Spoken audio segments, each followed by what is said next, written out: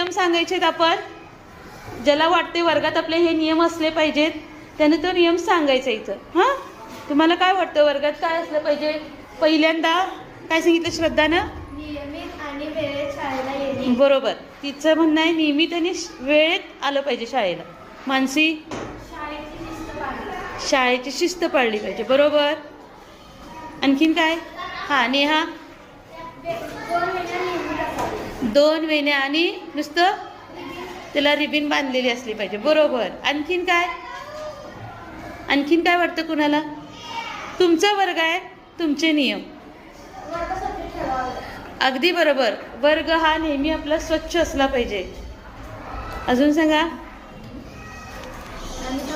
हा सांग बळा.